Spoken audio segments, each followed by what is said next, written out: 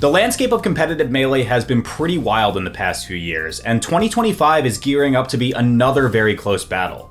But the way in which the competitive Melee scene has shifted this season is surprising to say the least. The rise of the not-so-new-anymore generation, a resurgence of the old guard, and more possible major winning contenders than possibly ever before, somehow, and I keep saying this, Melee keeps getting better. So today we're going to go through my predictions for the top 10 players for this summer ranking, and big disclaimer, these are my opinions, so, you know, get ready in the comments. Ooh, scary, okay, alright, I'm done, bye.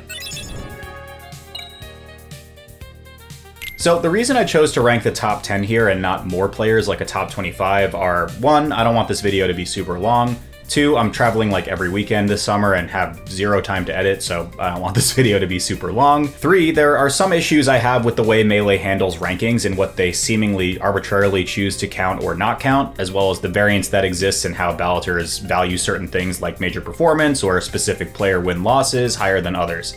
These are just, balloters are human, that's basically all I'm getting at, but I think these problems get significantly worse at the higher numbers like top 50 or top 100. And 4, this is more of the real reason, I think this top 10 is quite possibly one of the most unique top 10s Melee has ever had, and that's not hyperbole. The 1 through 3 slots are pretty much universally agreed upon, but ranks 4 through even like 12 or 15, depending on who you ask, are pretty up in the air. A lot of people may have different looking lists, but with the same top 10 like competitors, so I think that's just how close the rankings get after our top 3. So with all of that in mind, let's start off with some of the players I think are just on the threshold, but didn't quite make my predictions for the top 10. But first, I want to thank boot.dev, who is paid to be mentioned in today's video. Boot.dev is gamifying backend development in an attempt to make learning a little bit more fun.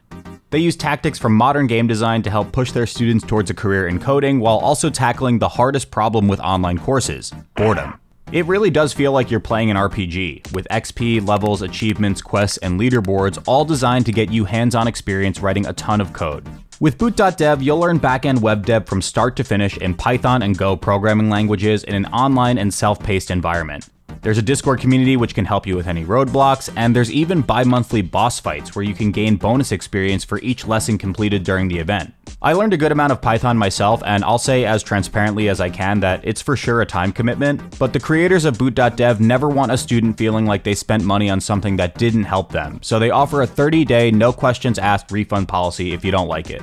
There's even a free demo of every single course they offer, and boot.dev has made all of their content free to read and watch in guest mode. A paid membership unlocks hands-on coding, AI assistance with Boots the Bear Wizard, and progress tracking. So if you're interested in learning coding while also helping me out a bit since, sponsors, click the link in the description box and use my code turndownforALT to get 25% off your first month or even your first year if you choose the annual plan, which is honestly a pretty good deal. Thanks again to boot.dev for supporting the channel. Happy coding, and I hope you enjoyed today's video.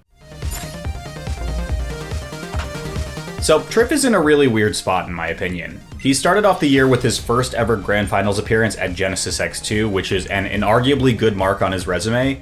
Unfortunately, he drew probably one of the worst matchups he could have asked for in Hungrybox, and even then it still looked like he could have won the tournament. I personally value Triff's Grand Finals appearance at GX2 very highly, and just in general value major performances like these very highly. For even more green flags, he got another second at the smaller national level tournament Let's Drink the Pool, losing only to Cody, which is also a good check mark. But where I think Triff potentially gets knocked down a bit is in just how consistently strong everyone else's resume is, both in terms of major level performance and quality of wins, but I think it's very close for him at number 10, and I don't think you'd be insane to place him there. I also don't think it'd be insane to place Sunsei at 10th. While he doesn't have necessarily the same peak as Triff does, he attended twice as many majors and performed fairly consistently at all of them. All of his losses are pretty par for the course, the standouts being J-Chew and Dreffin, but he has 2 wins on Moki, 1 on Crudo, 1 on Wizzy, and a bunch of top 20 level wins. Although he hasn't cracked a top 8 this year, I think it's fair to place him around 12 or so. Now, obviously I haven't given you my list, but you're probably thinking I forgot to mention a couple really important ones, and these are 2 players who have nearly touched the ceiling in previous ranking seasons, Amsa and Jmook. Unfortunately for both of them, they haven't had an amazing first half of the year. Jmook's been experimenting with the Zelda, and Amsa being back in Japan means he struggles to find reliable practice. I think both of them are probably going to end up in the maybe 15 to 20 range. From here on out though, I think we can divide our top 10 predictions into 3 distinct groups. 10 and 9, perhaps interchanged in some way with these honorable mentions, 8 through 4, and then the top 3. Salt has been on a consistent come up over the past couple of years, and I think 2025 is definitely where she's starting to find her stride. She has wins over players ranked ahead of her, a top 8 at GX2, and wins at Patchwork 2025 plus the Gommel Forever pre-local, but her crown jewel this season is a win over Cody Schwab at Let's Drink the Pool. In all honesty, if she stays on this pace, I really think she can soon overtake Wizzy as the best Captain Falcon player in the world. Oh, big my stomp. God, yeah, that's a huge. Oh, it's that delete it. Zone is popping off right now. Wait, is the set over? Is The set 2 out of 3? over. It's 2 out of 3. No, that was 3-1. No, it wasn't. It was. No, I only watched 3 games. I only watched 3 games too, but the numbers on the screen said 2-1. I have the same thoughts. I think we're going through the same thing. I only remember 3 games happening. No. It's a 2 out of 3. Salt just Salt's won 2-1. acting like the set's over. Joshman gave Salt a hug and is wrapping his controller up. The crowd's cheering, and the numbers on the screen said 2-1. So I think everyone knows what's going on except you and me. No, I know what's going on. It was a 2 out of 3, and Salt just won 2 games and lost 1. Crudo making it to the top 10 is really crazy to me because solo Sheik mains are such an incredibly rare breed and honestly feel like a thing of the past.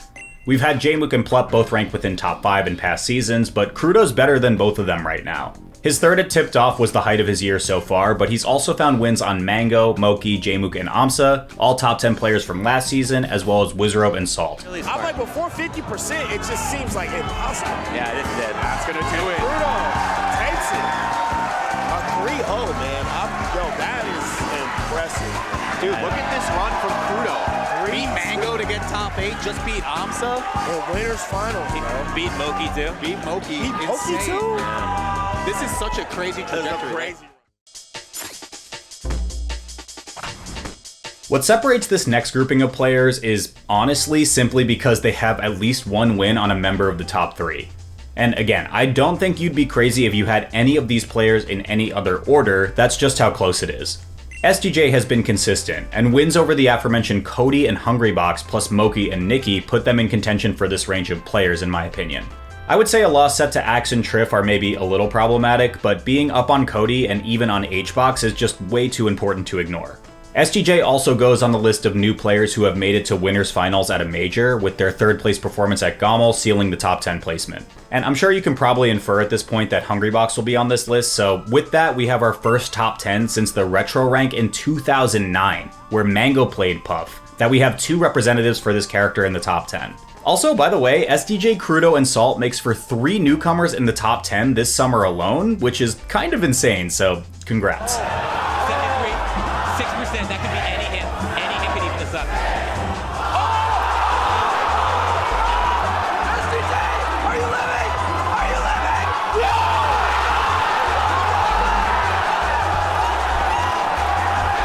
And at the very last moment, SDJ getting a stray hit under the battlefield, and HBox unable to get back. Desperately climb back, looking for a single hit. What a flip from last year.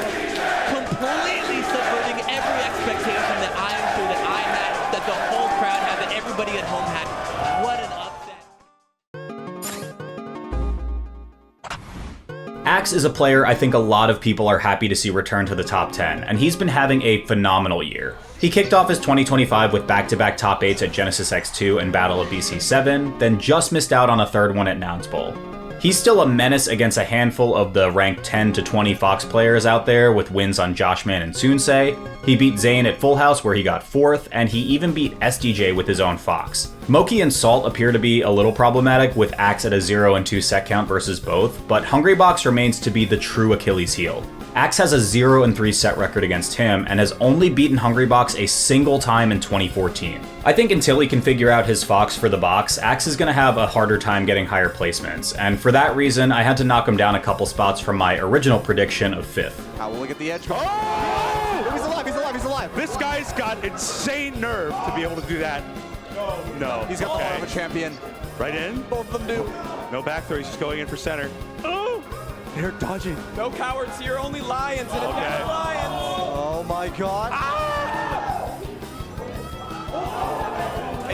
flies really far. He avoids the jolt. There. Burst adrenaline. The eye that can save you. Miss this. Oh, he finally gets the drop down there. He kept it in his pocket the whole fucking time. That's right. Axe beats Zain for the first time in 3 years. Wow. A million realities, and we find the one out. Zain out at 5th. To me, the most surprising thing about Wizzy in this ranking season versus nearly any other is that his attendance is actually pretty good by his standards. So far, Wizrobe has gone to 4 majors: Genesis X2, Battle of BC7, Tipped Off 16, and Gommel Forever, and he's done pretty darn well at all of them.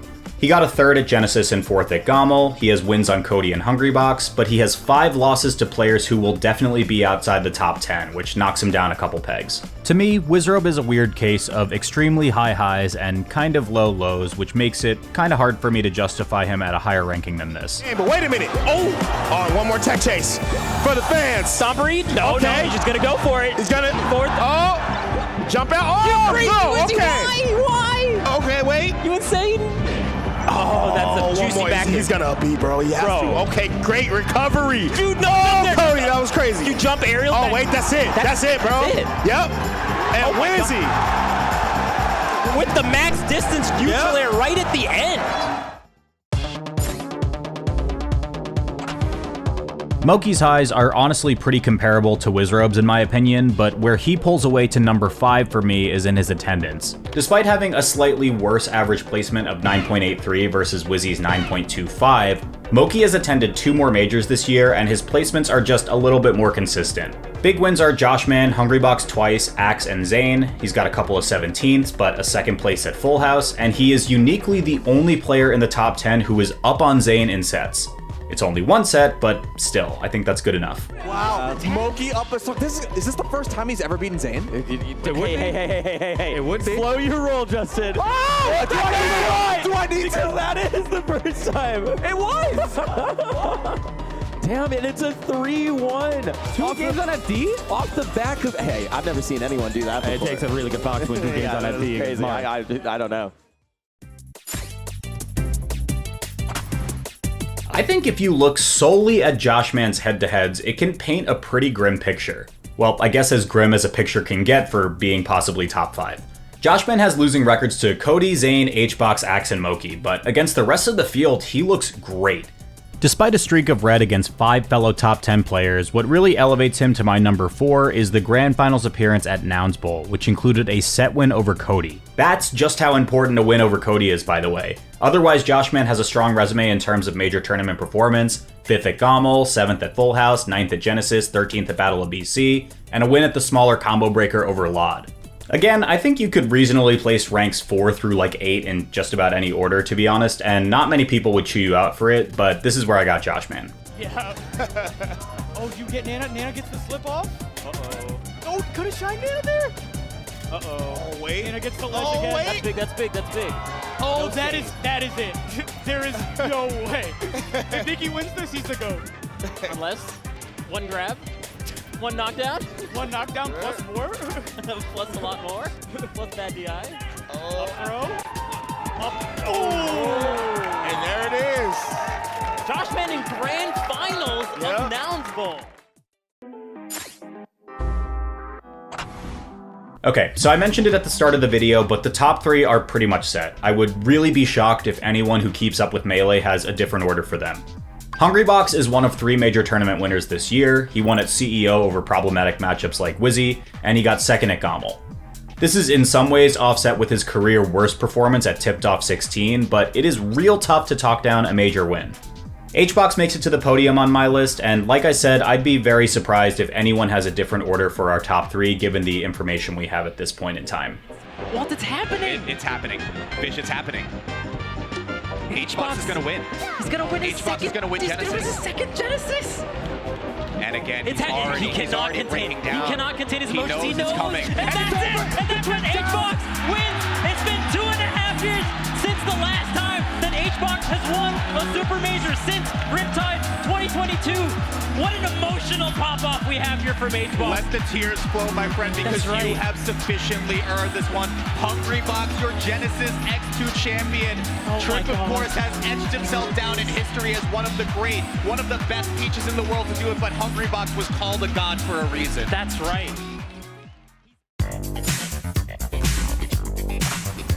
The second of our 3 major winners is Zain, and he falls into place at number 2 in the world for this summer season, having the second most major wins. He won at Gommel Forever and Battle of BC7 and got a silver medal at Tipped Off 16. His head-to-heads, though, are honestly pretty interesting, and I think if he didn't win these majors, he probably could have gotten knocked down a little bit. He's tied in sets with Cody, he's tied in sets with HBox, and he's tied in sets with Axe, with his only losing set count actually being to Moki, who just got his first win over Zain out of their 18 total sets. Zain may be entering his Hungrybox era. He has the content brain, but sometimes that interferes with the competition brain, as indicated by an upset to Junebug's DK. But he looks hungry, and I think he can still shift some of those tied head-to-heads into his favor. Only one person has more major wins than him, and for now, that makes Zain fall just short of a number 1 ranking this summer. Hey, I like that. Push it to a game 5.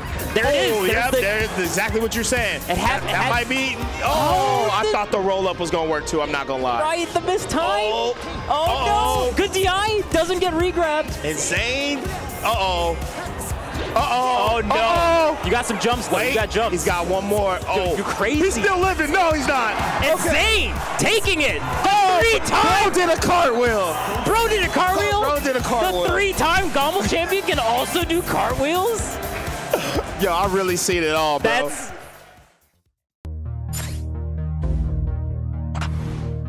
Melee's number 1 player for summer 2025 is pretty much undeniably Cody Schwab. He has the most major wins, taking 3 majors back-to-back-to-back at Nouns Bowl, Full House, and Tipped Off 16. In the events he hasn't won, he's placed consistently highly, like a 2nd at Battle of BC7, 5th at Genesis X2, and 5th at Gommel Forever. The quality of his wins are extremely good too. He's positive or even in sets on every single top-level competitor, excluding a 0-1 versus SDJ and Wizro. And I'm kind of more inclined to call those losing set counts good bullet points for his contemporaries rather than bad bullet points for Cody's 2025 though. Overall, Cody is just plain consistent. He has nearly 0 blemishes on his head-to-heads, and he's consistently placing well while rarely if ever being upset. At least for right now, that makes him a no-brainer for the best player in the world. Cody on the cusp right now, but Zain still has so much. Cody doing a little donating with the air dodge. Okay. Wait, this is huge. These guys One hit Got like trucks. to play perfect. Oh, what a reversal. Go for cheese. Oh Go my for God. sweet spot. He tried. If you sweet spot that down tilt's not gonna hit. Wait. Again. Jab. Yes. Forward air. No resources. Tries to Oh, he's off the stage. Here's get out 10. He needs to convert. Down there, here. He finally converts. Last stop. Oh my God. The crowd is on their feet. Up there, up there. What is he having? Will it be another grab by the edge, or will it just be a grab here? Up smash! Up smash! Cody takes it! And he's just yelling, I'm the best! He did the bowling pop-up. Who do you think you are? I am.